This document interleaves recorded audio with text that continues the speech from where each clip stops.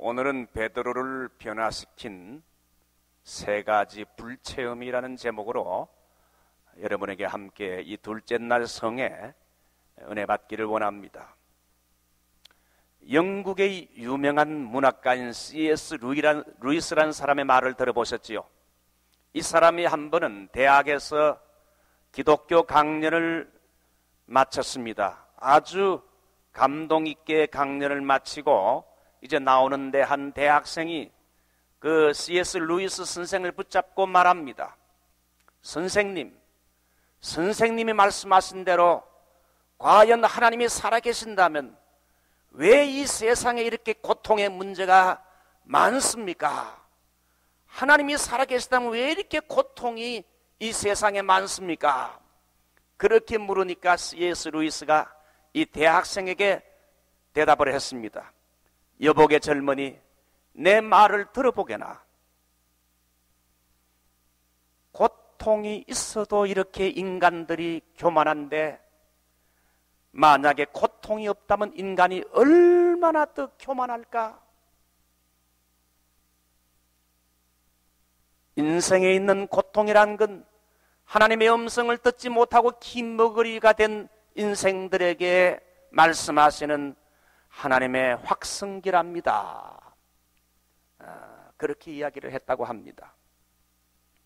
성경에 나오는 수많은 위대한 하나님의 사람들의 특징은 첫 번째, 고통과 고난의 수렁을 경험하고 통과한 사람들이 대부분이었습니다. 요셉 같은 사람, 모세와 같은 사람, 하나님이 쓰신 위대한 하나님의 사람들은 다 인생의 고난과 고통의 수렁을 걸어갔던 사람들입니다. 여러분의 삶 속에 고난과 고통이 올 때에 이걸 이상한 일 당하는 것처럼, 내 혼자만 당하는 일이라는 것처럼 여러분이 하나님을 의심해서는 안 됩니다. 하나님이 어떤 사람을 위대한 사람으로 쓰시려고 할 때는 고통과 고난이라는 걸 통하여 연단하시는 줄 믿습니다. 그 고통과 고난을 여러분 믿음으로 잘 받아들이는 것이 중요합니다. 두 번째, 하나님의 쓰신 위대한 사람들은 고통과 고난이라는 이러한 어려움과 사건을 통하여 오히려 하나님을 만나고 하나님의 음성을 듣고 나를 향한 하나님의 계획을 깨닫고 자기 자신의 자아가 깨어지는 이런 은혜의 자리에 들어가게 됐다는 것입니다. 고난을 통하여 오히려 하나님을 만나고 하나님의 뜻을 깨닫고 자기의 교만한 자아가 깨어지고 하나님을 바라보는 영적인 사람으로 변화된 겁니다. 그 대표적인 인물이 오늘 성경에 나오는 베드로라는 사람입니다. 이 사람은 예수의 제자로 부름받는 남다른 행운을 받았지만은 결정적인 순간에 예수님을 3번이나 부인했습니다. 그래서 너무 창피해서, 그래도 내가 예수님의 수제자인데 내가 예수님을 3번이나 부인하다니 너무 창피하고 부끄러워서 그는 사명을 버리고 옛날 어부의 직업으로 돌아가게 됐습니다. 갈릴리로 돌아가게 됐어요. 그래서 자기 힘으로 일어서지 못한 채 낙심 가운데 빠져있는 이 베드로에게 우리 주님은 부활 후에 오셔서 밑바닥에서 재기하여 다시 일어나게 만드셨습니다. 여러분, 미국에 오셔서 여러 가지 실패를 경험하고 어려움 가운데 인생의 밑바닥에 있는 여러분들이 있다면 예수님의 이름으로 재기하기를 주의 이름으로 축원합니다. 재기해야 됩니다. 베드로의 경우를 보면 밑바닥에서 재기하기까지는 2가지의 힘이 필요해서 제일 먼저 하면 따라할까요? 버려야 된다. 버려야 된다. 여러분, 풍랑 가운데 있는 배는 여러분 요나의 배처럼 짐을 다 바다에 버려야 살 수 있습니다. 하나님은 인생의 풍랑을 통해 지금까지 내가 버리지 못한 것들을 버리게 만드는 계획을 가지고 있어요. 이건 하나님이 기뻐하지 않기 때문에 이걸 버려야 되는데 버리지 못하고 계속 옛사람의 것을 붙잡고 있을 때에 하나님은 인생의 풍랑을 통해서, 고난을 통해서 내가 버려야 할 것들을 버리게 만드는 계획을 가지고 있어요. 베드로는 사실 버리는 것으로 사역을 시작했던 사람입니다. 베드로의 위대한 점 한 가지는 버릴 때에 버릴 줄을 알았다는 겁니다. 예수께서 베드로에게 오셔서 팔로미 나를 따르라 할 때에 배를 버리고 그물을 버리고 자기의 아버지와 어머니와 정든 고향을 버리고 주님을 따랐던 것입니다. 위대한 믿음의 사람들은 버릴 때에 버릴 줄 아는 사람이었다는 겁니다. 말레이시아의 원숭이를 잡을 때는 큰 틀 안에다가 원숭이가 좋아하는 과자나 바나나를 잔뜩 넣어둔다고 합니다. 원숭이가 냄새를 맡고는 과자나 바나나를 이제 틀 안으로 손을 꽉 쥐게 되면 그 다음에는 손을 뺄 수가 없다 그럽니다. 왜? 사람이 오면 도망가기 위해서 손에 붙잡은 걸 갖다가 놔야 되는데 이 욕심이 있기 때문에 사람이 와도 이걸 놓지 못하니까 틀을 뺄 수가 없어요. 결국은 사람에게 잡힌다고 합니다. 여러분, 사람들의 많은 욕심은 많은 걸 가지려고 욕심을 부리고 있습니다. 손을 움켜잡습니다. 그러나 여러분, 때로는 예수를 믿을 때요, 버릴 것은 버려야 사는 줄 믿습니다. 베드로는 예수님의 제자가 되어 모든 걸 버리고 따랐지만은 그의 손에 아직도 버리고 내려놓아야 할 것들이 많았습니다. 그는 고난과 실패라는 과정을 통해서 깨어지고 성령 충만을 경험하게 되면서 자기 자신의 손에 아직도 쥐고 있는 세상적인 야망과 교만과 쓰레기와 같은 것들을 비로소 그때야 버리게 된 겁니다. 여러분, 이번 축의 말씀 성회를 통해서 여러분, 하나님이 기뻐하지 않는 것, 버릴 것은 버리는 여러분이 되시기를 축원합니다. 은혜는 버리는 것입니다. 버려야 하나님이 좋은 것을 선물로 주십니다. 죄악된 것, 엄난한 것, 부끄러운 것, 하나님이 기뻐하지 않는 걸 버릴 때에 하나님은 좋은 걸 선물로 주시는 줄 믿습니다. 하나님을 멀어지게 만들고 나를 죄악의 습성에 매이게 하는 것들이 뭡니까? 아직도 그걸 버리지 못하고 계속 예수를 수십 년 믿으면서도 그걸 잡으려고, 움켜잡으려고 여러분 붙잡고 있는 것들이 있습니까? 세상적인 걸 버리고 잃어버리게 될 때에 오늘 제가 새벽에 말씀드린 것처럼 사도 바울은 그리스도를 위해서 많이 잃어버리고 포기하고 모든 걸 배설물로 여기듯이 다 버릴 때에 그리스도의 풍성을 경험하게 됐습니다. 한번 따라할까요? 버릴 때에, 포기할 때에, 내려놓을 때에, 없어질 때에 영적인 풍성을 주신다. 그래서 이 베드로는 그래서 버리는 체험을 통해서 다시 재기할 수 있었어요. 두 번째 베드로가 재기할 수 있었던 것은 불체험을 했기 때문입니다. 제가 한번 말씀드렸죠. 높이뛰기의 명수가 누굽니까? 벼룩인 것은 벼룩. 벼룩이는 얼마까지 높이 뛴다 그랬습니까? 33cm를 높이 뛴다 그럽니다. 그러니까 자기 키의 30배를 뛴다는 거 아닙니까? 그렇게 높이 뛰기의 선수인데 우리 인간은 자기 키 몇 배를 뜁니까? 한 배도 뛰기 어렵습니다. 물론 올림픽 선수는 몇 배를 뛰지만은 벼룩이는 30배를 뛰어요. 근데 어떤 사람이 벼룩이를 10cm의 통 안에다가 가두어 두었습니다. 벼룩이가 뛰고 뛰니까 33cm까지 뛸 수 있지만 10cm의 통에 자꾸 걸리니까 아프니까 그 다음에는 높이 뛰는 걸 포기하고 10cm 정도만 뛰게 됐어요. 통을 닫아놔도 몇 cm 뜁니까? 33cm까지 뛸 수 있는데도 10cm만 뛰는 겁니다. 그래서 사람이 실험해보기 위해서 이놈이 잘 뛰다가 왜 잘 안 뛰나 그래가지고 밑에다가 뭘 뗍니까? 불을 떼니까 뜨거운 게 막 올라오니까 벼룩이가 아이고 나 죽겠다 그렇게 해가지고 벼룩이가 아이고 나 죽겠다 싶어가지고 확 뛰는데 33cm를 뛴 게 아니라 얼마나 뛰었습니까? 40cm를 뛰어가지고 통에서 뛰어나왔다는 거 아닙니까? 할렐루야. 뭐 이런데 할렐루야 해도 될지 모르겠습니다만은 그걸 볼 때에 벼룩이도 불이 많으니까 자기의 한계를 뛰어넘더라 이게. 우리 그리스도인들도 내 힘으로 내 한계의 벽에 부닥칠 때에 성령의 불이 임하면 내 인간의 한계를 뛰어넘는 줄 믿습니다. 저는 제 인생의 그 경험을 통해서 저는 사실 목사를 할 만한 자질이나 용기나 말주변이나 은사가 없는 사람이었기 때문에 소명은 왔지만은 굉장히 주저했어요.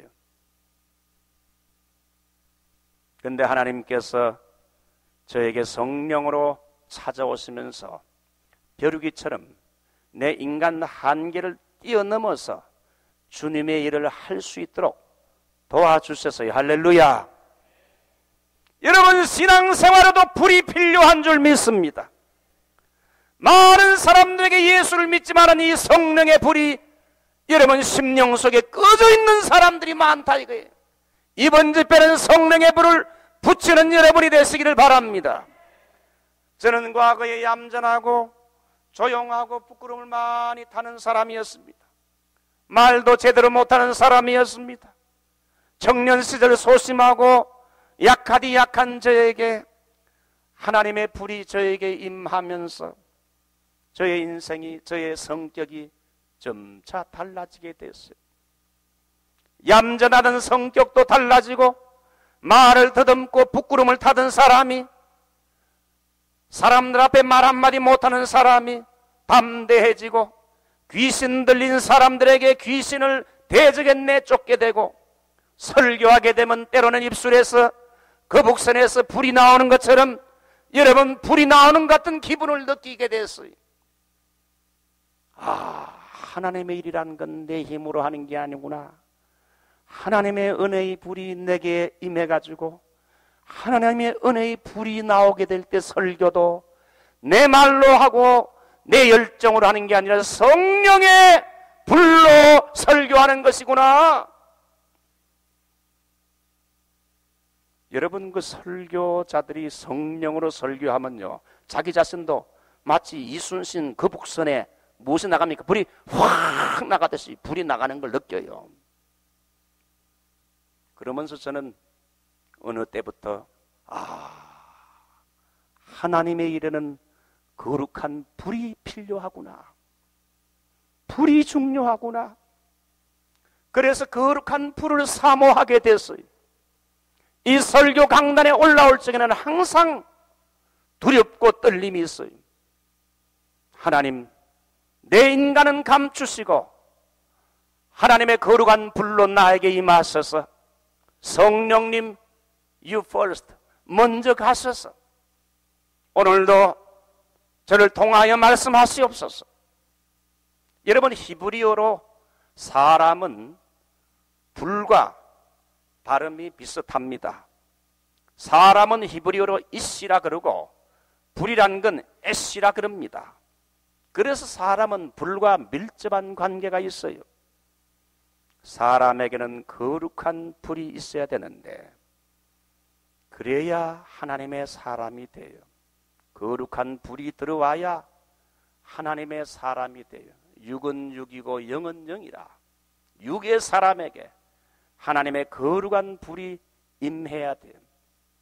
저에게도 하나님의 거룩한 불이 임하게 되면서 제 신앙생활에는 변화가 오고 제 사역에 놀라운 변화가 왔습니다.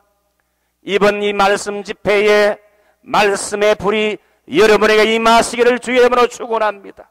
성령의 불이 임하기를 주의 이름으로 축원합니다. 회개의 불이 임하기를 바랍니다. 사랑의 불이 임하기를 바랍니다. 정욕으로 불타던 여러분 내 속에 음란과 호색의 불이 꺼지고 하나님의 성령의 불이 활활 타오르기를 바랍니다. 자, 오늘은 그래서 이 베드로가 자기의 생애에 잊을 수 없는 세 가지 불체험을 했는데, 오늘 이것을 통해서 함께 우리가 교훈을 받고 우리도 그런 은혜를 받았으면 해서 오늘 제가 이 말씀을 소개합니다. 제일 첫 번째, 베드로가 경험했던 불 한번 따라할까요? 모닥불. 요한복음 18장 25절을 보게 되면 대제사장 가야바의 집들에서 밤중에 서서 사람들 사이에서 불을 쬐고 있는 베드로의 모습이 나옵니다. 예수님이 잡혀가시고 예수님이 어떻게 되는지 그걸 보기 위해 가지고 수제자 베드로가 도망질 치다가 다시 용기를 내 가지고 가야바의 뜰에 와서 사람들 사이에서 불을 쬐면서 주님이 지금 어떤 일을 당하고 있는지 주시하고 있습니다. 쌀쌀한 추위에 모닥불을 쬐는 사람들 틈에 베드로가 끼어들었습니다. 그래서 불가에 몸을 숨기면서 신문 받는 주님에게 어떤 일이 일어날 것인가를 조심스럽게 살펴보고 있었어요. 그래서 추운 날씨에 불 쬐는 모닥불 주위에 이 베드로가 같이 껴서 이제 불을 쬐고 있었습니다. 여러분, 그때 어떤 일이 일어났습니까? 이런 베드로의 모습이 문지기 여종에게 들키게 됐어요. 아, 당신 예수의 제자가 아니요? 당신이 예수의 제자 중 한 사람 아닙니까? 이렇게 묻게 되니까 베드로가 당황하고 겁이 나가지고 어떻게 시침을 뗐습니까? 아니요. 나는 예수의 제자가 아니요. 당신 사람 잘못 봤어. 시치미를 딱 뗐어요. 시몬 베드로가 다시 불을 쬐고 있는데 대제사장의 종 한 사람이 네가 저 예수와 함께 동산에 있는 걸 내가 보았다. 너 예수의 제자가 맞지? 그러니까 베드로가 뭐랍니까? 아니, 이 사람 정신 나갔구만. 사람 잘못 봤어. 나는 그런 사람 아니야. 난 예수를 모르. 그러면서 예수를 부인하고 나중에 저주까지 하게 됐습니다. 그날 베드로는 슬프게도 그 모닥불 가에서 불을 쬐면서 자기의 사랑하는 스승이요 주님이신 예수님을 몇 번 부인했습니까? 3번이나 부인했어요. 부인하는 죄를 범하고 말았어요. 오늘 여기 여러분, 모닥불의 불은 어떤 의미를 가지고 있습니까? 제일 첫 번째, 베드로 자기 자신의 참 모습을 깨닫게 해주는 불입니다. 내가 어떤 인간인지 나의 참된 모습을 깨닫게 해주는 불이 바로 이 모닥불 체험입니다. 베드로는 지금까지 자기 자신의 실상을 잘 몰랐습니다. 12 제자 중에서 자기가 제일 믿음이 좋고 제일 주님에게 충성하는 의리 있는 자라고 생각했어요. 그런데 이 모닥불에서 예수님을 3번 그가 부인하게 되면서 내가 얼마나 죄 많고 연약하고 부끄럽고 무력한 존재인가를 그런 모닥불 앞에서 비로소 깨닫게 됐어요. 제일 믿음이 좋다고 자부하면서 큰 소리 쳤던 베드로, 작은 계집종의 말 한마디에 여지없이 베드로는 무너져버리고 말았었어요. 자기 자신이 얼마나 무능하고 부끄럽고 추하고 부끄러운 형편없는 존재인지를 모닥불 앞에서 베드로는 깨닫게 된 겁니다. 이 모닥불은 베드로의 영적인 실상, 현재 무능하고 부끄러운 자기 자신의 모습을 잘 보여주는 불이었습니다.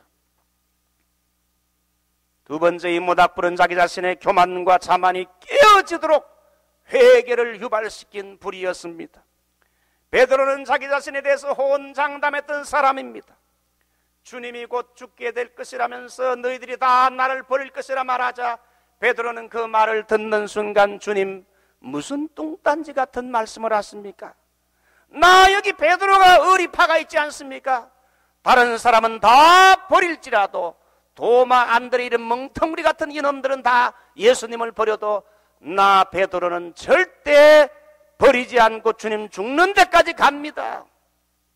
그랬을 때 주님이 어떤 말을 했습니까? 네가 닭 울기 전에 나를 몇 번요? 3번 부인하리라.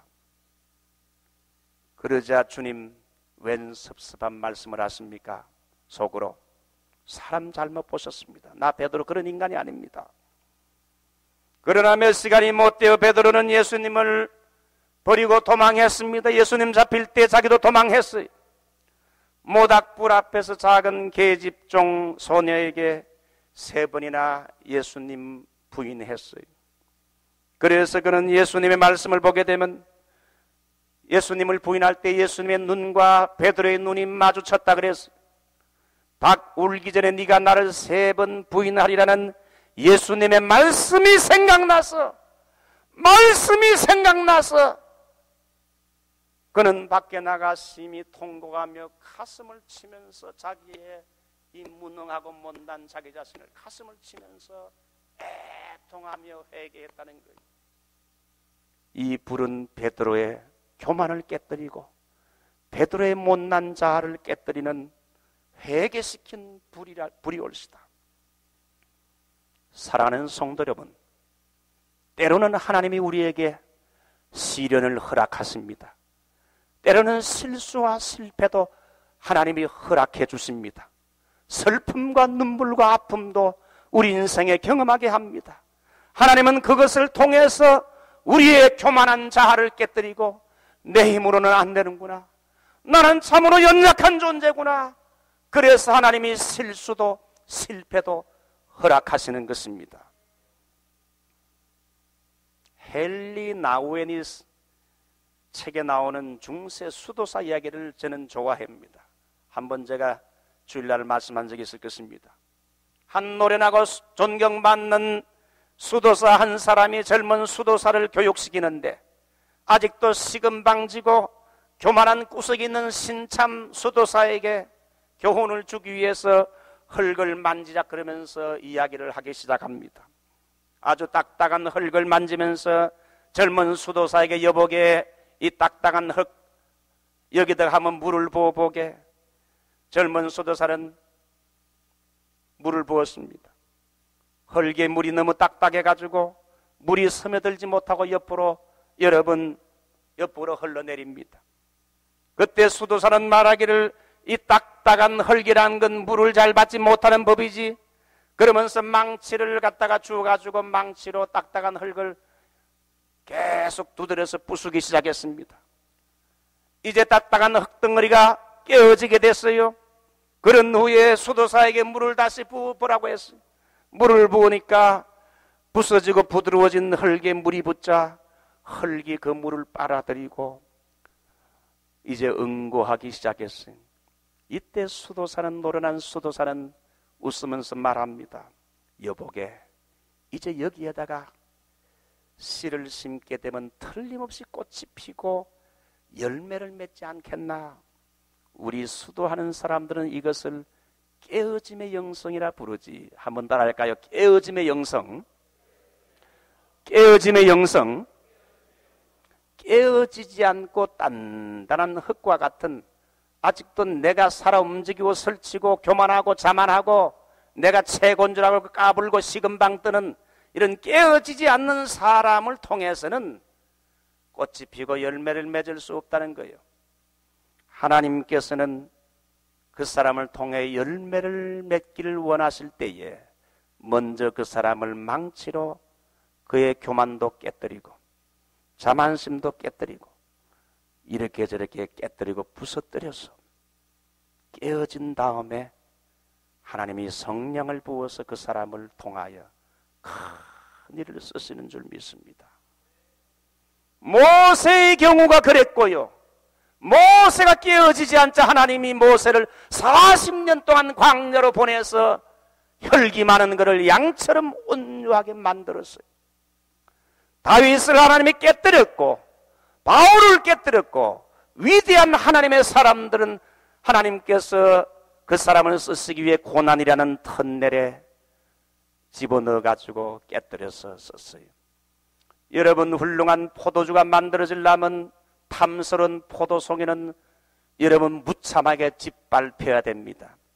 짓밟히지 않고는 여러분 포도주가 나올 수 없는 것처럼 하나님은 때로는 여러분의 인생 속에 여러분을 깨뜨려서 하나님의 도구로 하나님께 열매 맺는 인생을 살게 하기 위해서 하나님이 때로는 무참하게 우리를 밟으실 때도 있어요.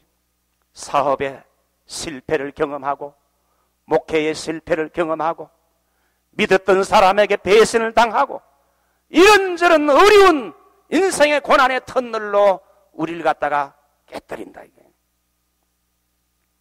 저는 대학교 1학년 때 여름 수련회에서 내 자아가 청도 동산 기도원에서 내 자아가 깨어지는 회개의 경험을 했어요.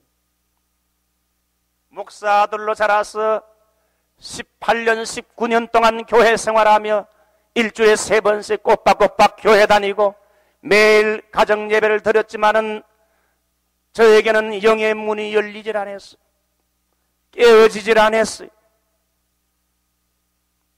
그러다가 청도 동산 기도원에 올라가서 은혜 받을 생각하지 않고 세상 노래 부르면서 노을이 물드는 바닷가에서 그 노래 부르면서 있다가 나중에 산에 올라가서 기도하라는 말 듣고 산에 올라가서 기도하는데 밥하기 위해서 와주신 어느 집사님이 이제 저녁에 올라가서 우리와 함께 산에 올라가서 바위 위에서 기도하며 노래 부르는데 할렐루야 찬양하세 지난 죄는 사함받고 주 예수와 동행하니 그 어디나 하늘나라. 우리 한번 후렴만 한번 불러볼까요?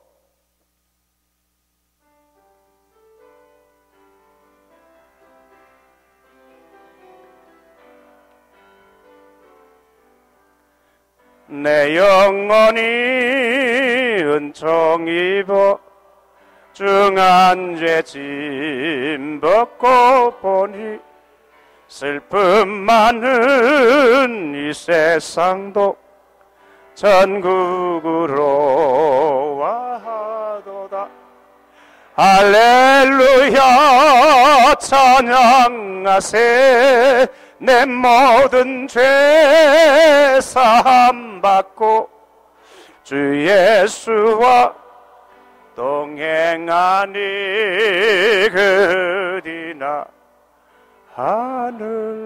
하늘나라. 식사를 해주기 위해서 오신 집사님의 할렐루야 내 모든 죄 사함받고 그 찬송 소리를 들을 때 성령님이 저에게 감동하셨어요. 눈물이 꽉 쏟아지면서 거기서 회개하는 경험을 했어요. 회개하는 경험을 하고 토요일날 간증 시간이 됐을 때에 저도 모르게 다 한 사람씩 나와서 간증할 때 저도 모르게 그때 은혜 받은 걸 말하면서 원래 계획도 없었던 내 인생을 주님께 드리겠다고 얼마나 나중에 후회했는지 몰라요.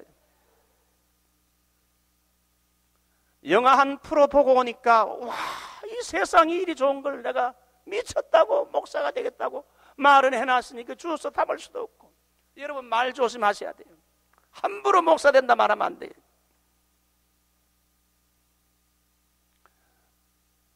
제가 그 회개하는 경험을 한 이후로 저에게 은혜의 문이 열렸어요.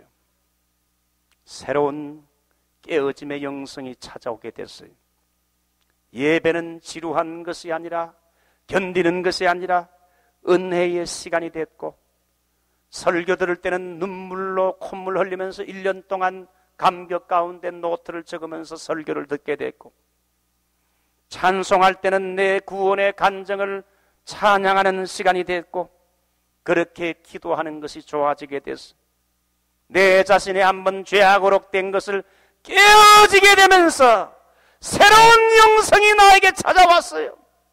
은혜의 문이 열리기 시작했어요. 여러분 회개할 때에 은혜의 문이 열리는 줄 믿습니다. 베드로는 주님의 말씀 네가 닭 울기 전에 나를 3번 부인하리라는 그 말씀이 생각나서 가슴을 치면서 회개했다 그래요. 여러분 말씀 앞에 부닥쳐서 회개하는 경험이 필요한 줄 압니다.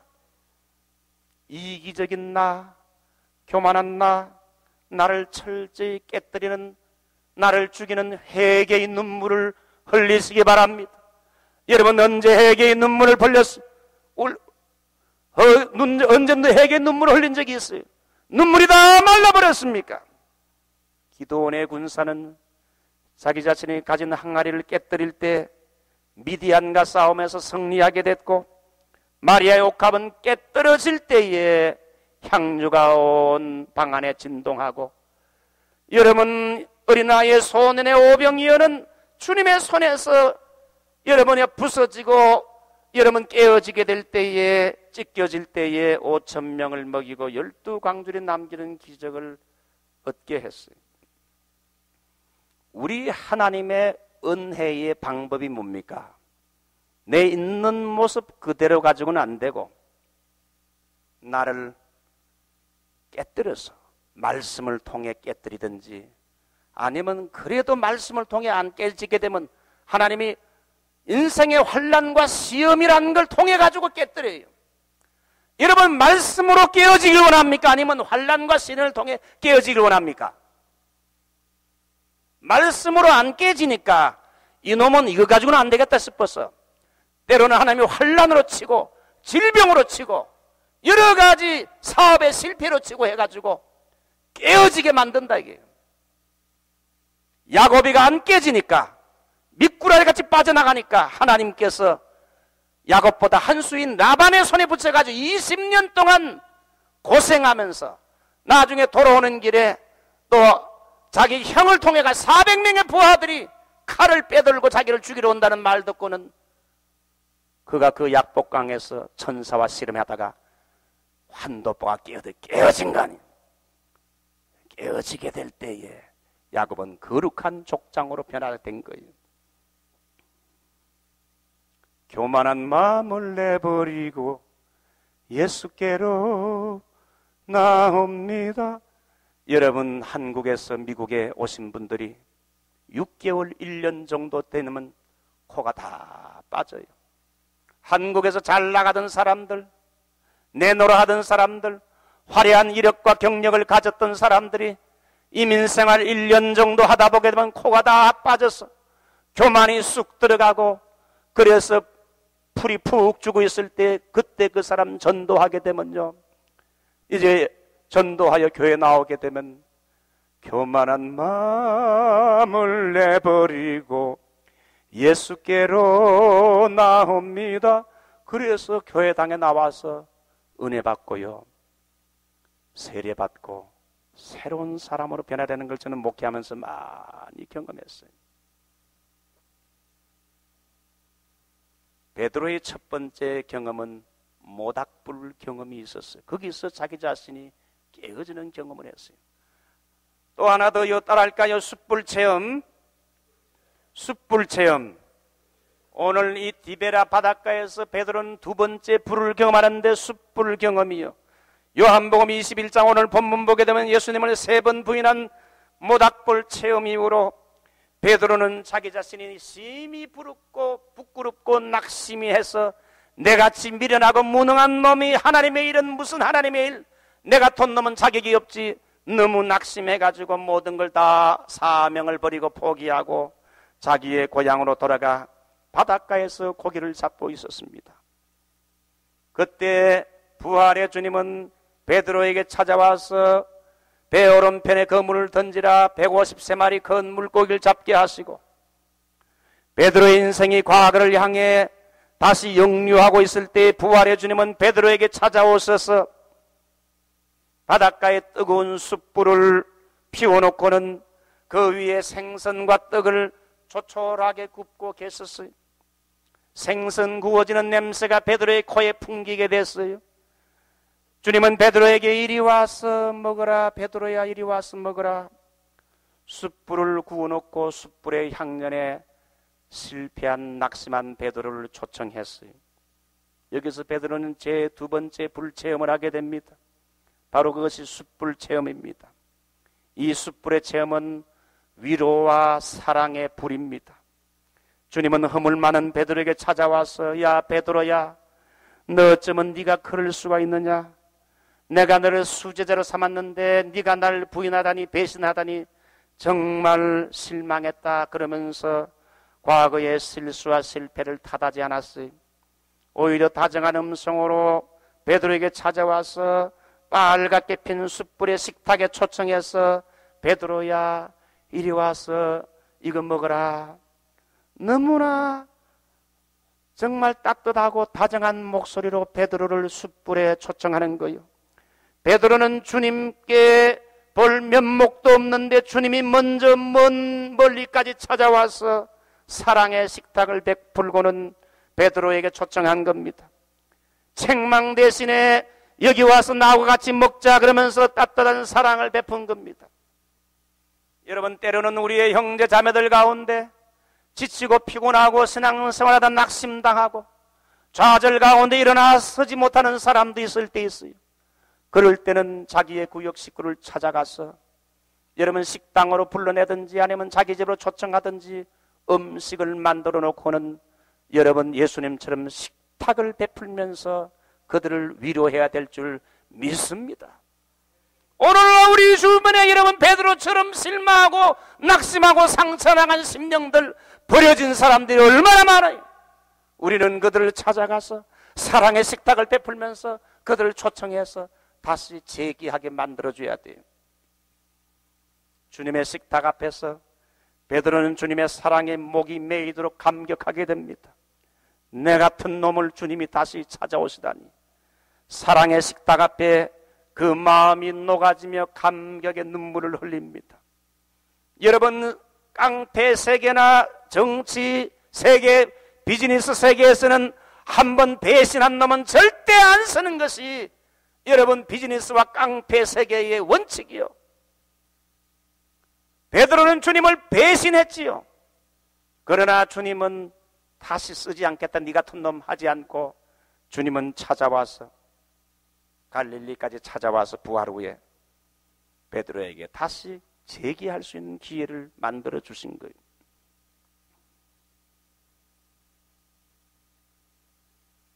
이번 집회는 주님이 여러분에게 베푸시는 은혜의 식탁과 같습니다. 이 말씀의 잔치 식탁에 여러분을 초대하셨는데 세상에서 시달리고 낙심당한 심령, 실패하고 좌절 속에 있는 성도가 있다면 이번 이 집회 주님이 베푸시는 말씀의 잔치 석상 앞에서 새로운 용기와 힘을 얻으시기를 바랍니다. 새로운 용기와 힘을 얻으시기 바랍니다. 이 주님의 사랑의 식탁, 사랑. 그래서 이 숯불은 바로 사랑의 불이지요. 사명의 불이기도 합니다. 주님은 식사 후에 베드로에게 조용히 묻습니다. 요한의 아들 시몬아, 네가 나를 사랑하느냐? 사실 베드로는 가스가 거의 다 떨어져 가지고 앵꼬 상태와 같은 차와 같았어요. 사명의 불이 다 꺼져 가지고 힘을 상실한 채 있었는데 주님이 오셔가지고 베드로야, 네가 나를 사랑하느냐? 아주 초보적인 질문을 하시면서 사랑합니다 그러자 내 양을 먹이라, 내 양을 치라.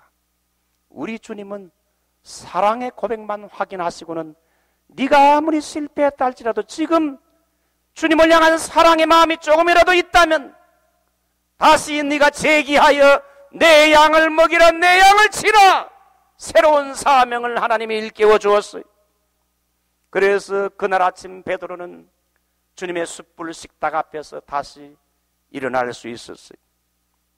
디베라 바닷가의 숯불은 낙심한 베드로의 가슴을 그리스도의 사랑으로 훈훈하게 녹이고 뜨거운 사명의 불까지 붙여주었습니다. 사랑하는 성도 여러분, 주님은 우리가 주님을 위해서 큰일, 위대한 일을 많이 하는 걸 여러분 그런 것보다도 주님은 우리에게 많은 일을 하는 것보다 일을 다 잠깐 놔두고 네가 나를 사랑하느냐, 네가 이 세상의 것들보다 나를 더 사랑하느냐, 이걸 주님은 묻고 있습니다. 저도 일이 바빠서 지쳐가 하루에 17시간, 18시간 동안 때로는 여러분 교회 일을 할 때가 있어요. 그러다가 일을 젓고 하나님 앞에 네가 나를 사랑하느냐 하는 베드로의 질문을 생각해 보면서 I love you, Lord. I love you, Jesus. 한번 따라할까요? I love you, Lord. I love you, Jesus. 주님 사랑합니다. 여러분, 이 말을 한 지 오래됐지요? 처음에 저도 사명에 불이 붙었을 때에 정말 주님밖에 몰랐어요. 연애도 해볼 시간이 없을 정도로 저는 19살, 20살 때 은혜 받고는 주님께 헌신하고 뒤를 돌아보지 않고 밤낮으로 교회에서 기도하며 살았어요. 신학교 가서는 산에 뒷동산에 가서 밤마다 기도하면서 이슬을 맞으면서 신학교 공부를 하고 졸업을 했어요. 그만큼 주님 사랑하는 마음이 불붙었는데 여러분, 베드로처럼 언젠가 이 불이 식어지고 끊어질 때가 있다.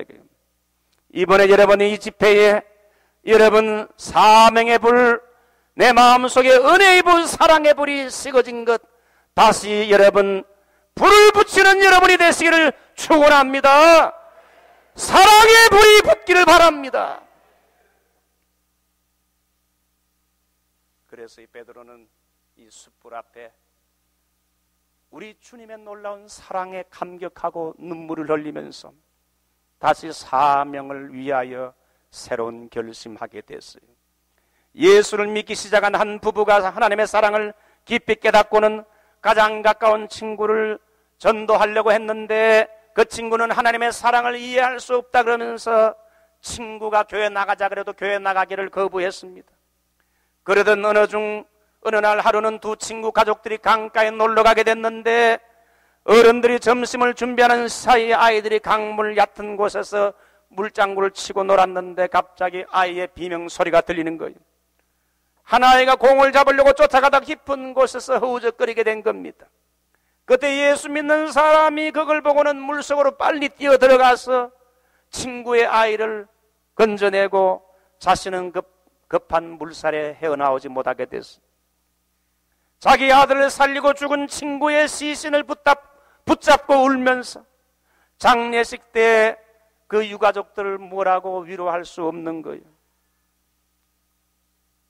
위로할 말을 잃어버리고 고개를 푹 숙이고 있을 때에 죽은 그 친구의 아내가 와서 말하기를 하나님의 사랑은 이와는 비교할 수 없이 더 크답니다. 그 친구는 그 다음 주부터 자기를 살리기 위해서, 자기 아들을 살리기 위해서 죽은 친구가 다니는 그 교회에 나가고 등록하게 됐고 훌륭한 신앙인이 될 수 있었다는 겁니다.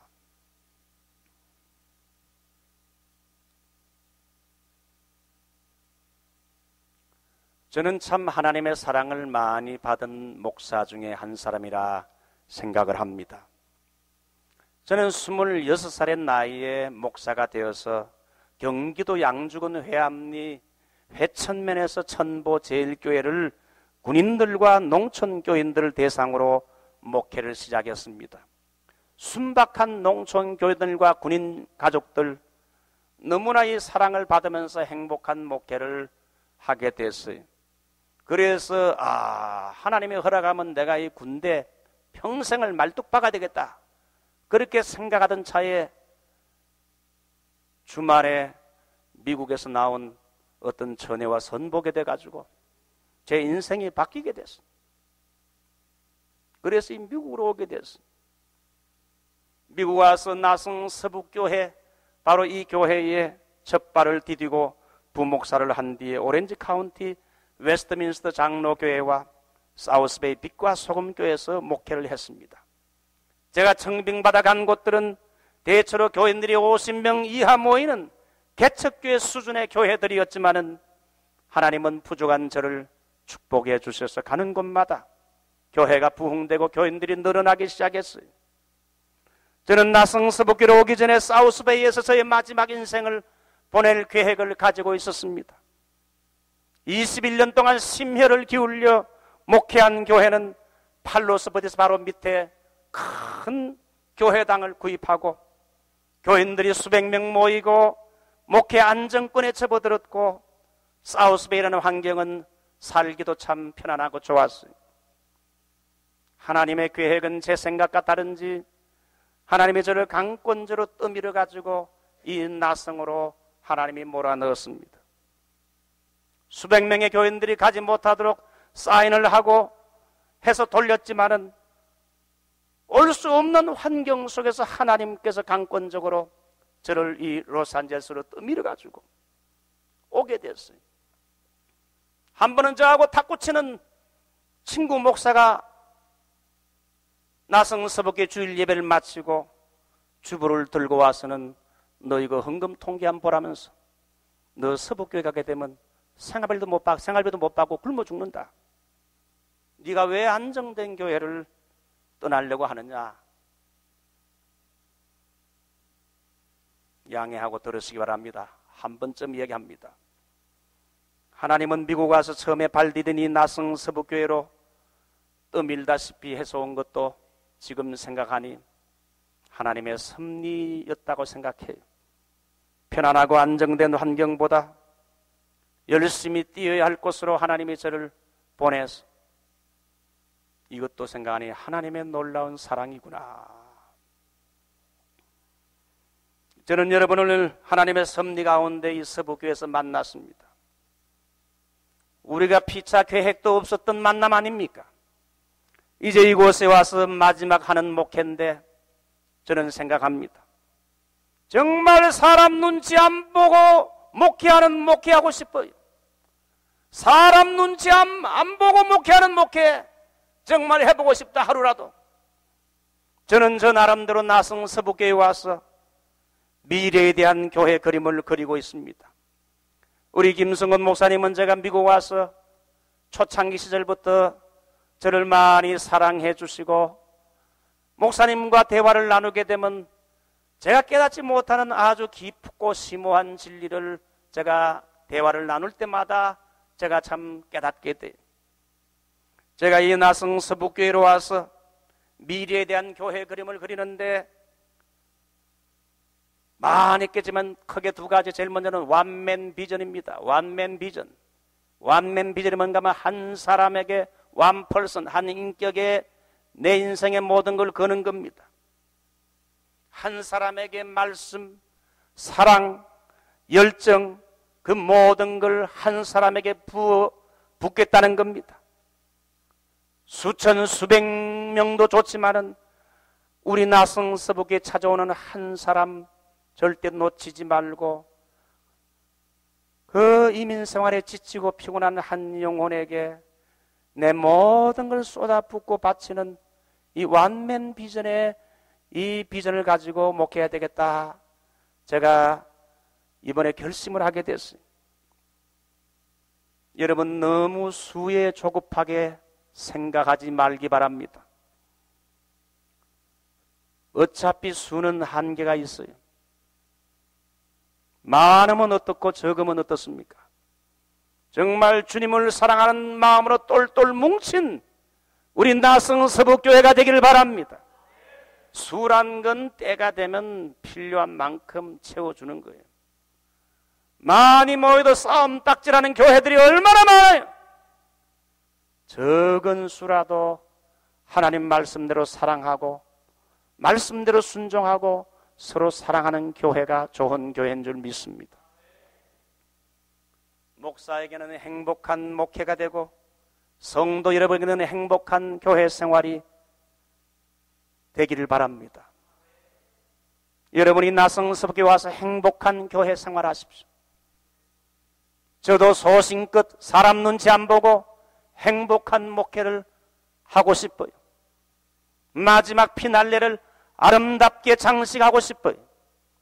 우리 교인들끼리 서로 사랑합시다. 남을 헐뜯지 맙시다. 인간적인 냄새 피우고 그런 교회가 아니라 자기 기득권을 가지고 싸우는 그런 교회가 아니라 사랑의 교회, 겸손의 교회가 되기를 바랍니다.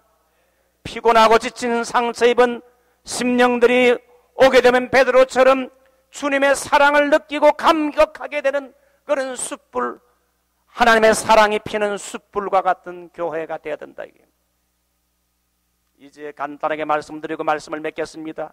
세 번째, 이 베드로의 불체험은 성령의 불체험입니다. 가장 숭고하고 거룩한 불체험으로 마가 다락방에서 생긴 사건이지요. 사도행전 2장 보면 베드로를 포함한 120명의 제자가 마가 다락방에서 성령 세례받기 위해 설교를 들으며 기도하고 있었어요.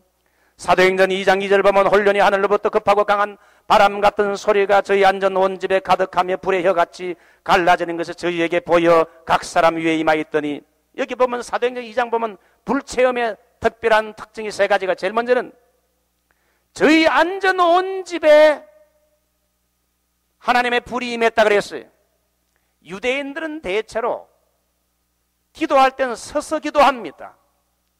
이 오순절에 불이 임한 것은요, 서서 기도할 때 임한 게 아니고 앉아서 말씀을 들을 때에 말씀을 듣는 회중들에게, 120명의 문도에게 성령의 불이 떨어진 거예요. 우리 나성서북교는 말씀을 들을 때에 불이 떨어지는 재단이 되기를 바랍니다.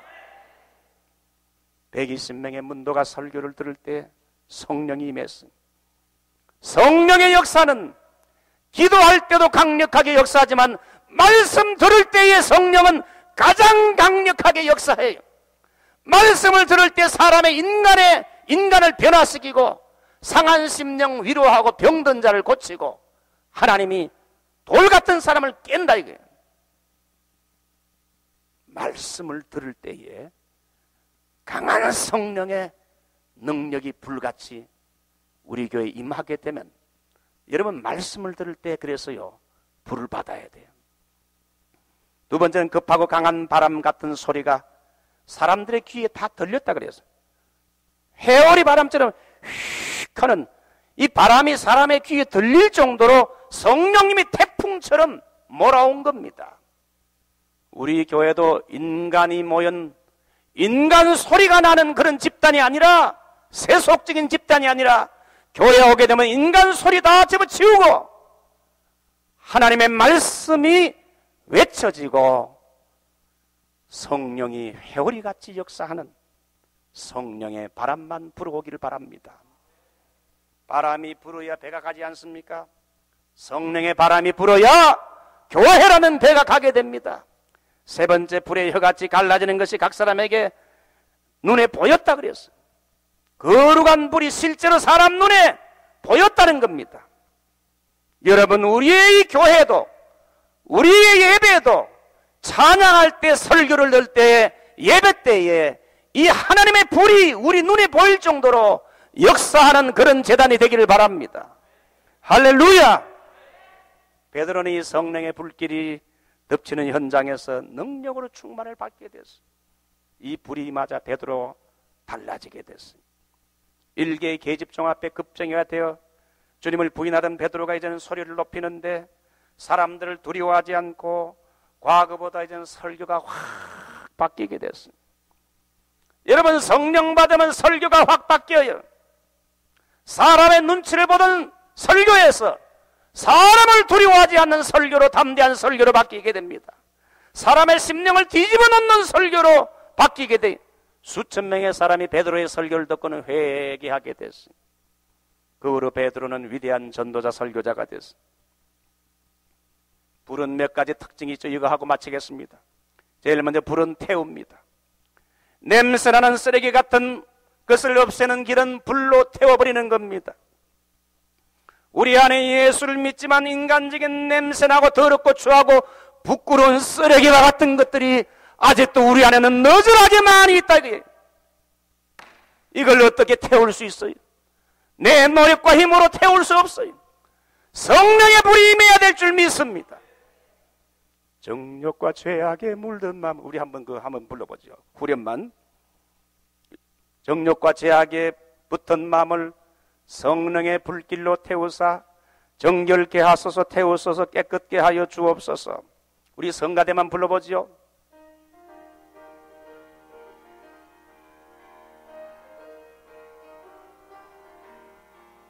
정욕과 죄악에 물든 마음을 성령의 불길로 태우사 정결케 하옵소서. 태우소서.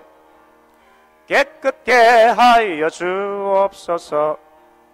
주여 성령의 은사들을 오늘도 내려 줍소서.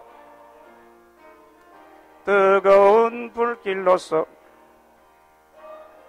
깨끗게 하옵소서. 정욕과 죄악에 물든 마음을 성령의 불길로 태우사.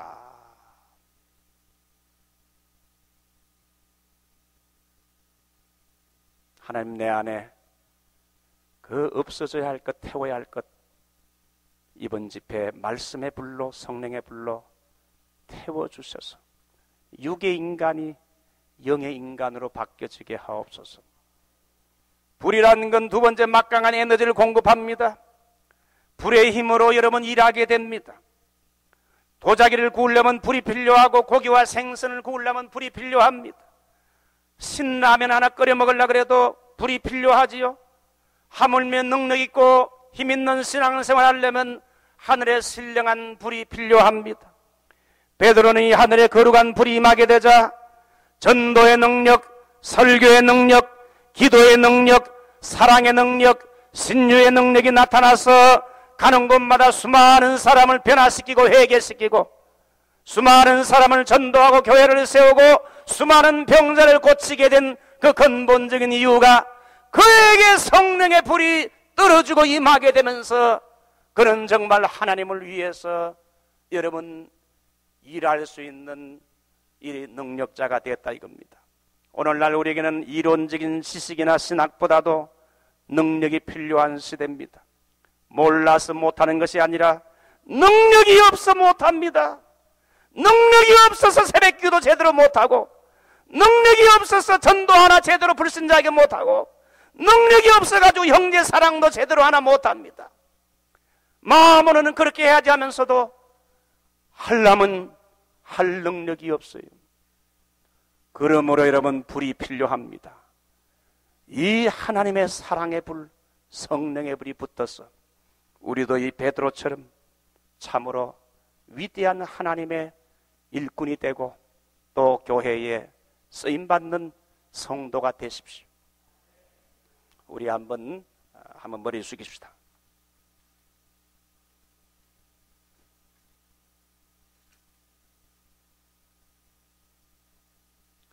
베드로에게 있었던 세 가지 불, 모닥불 통해서 그의 자신의 실상을 깨닫고 그의 무능과 연약을 깨닫고는 깨어지고 회개하는 경험을 했어요. 숯불의 경험을 통해서 그리스도의 사랑, 내 같은 실패한 인간도 다시 불러주시는 그리스도의 놀라운 사랑, 감격하여 새로운 사명 가지고 제기하게 됐어요. 거기에다가 오순절에 성령의 마가의 다락방에 불이 임하게 되자 그러나 이 불체험을 통하여 그 인생이 달라지고 많은 사람에게 영향력을 미치는 신령한 성령 충만한 사도가 됐습니다. 주님, 나에게도 베드로를 회개시킨 회개의 불을 주시고 하나님의 사랑의 불을 주시고 나에게 또한 능력의 불을 붙여주셔서 주님, 육의 사람에서 육신의 사람에서 영의 사람으로 성령의 사람으로 내 인생이 한번 쓰임받게 하옵소서. 우리 한번 주여 한번 부르며 통성으로 우리 하나님 앞에 한번 기도합니다. 주여.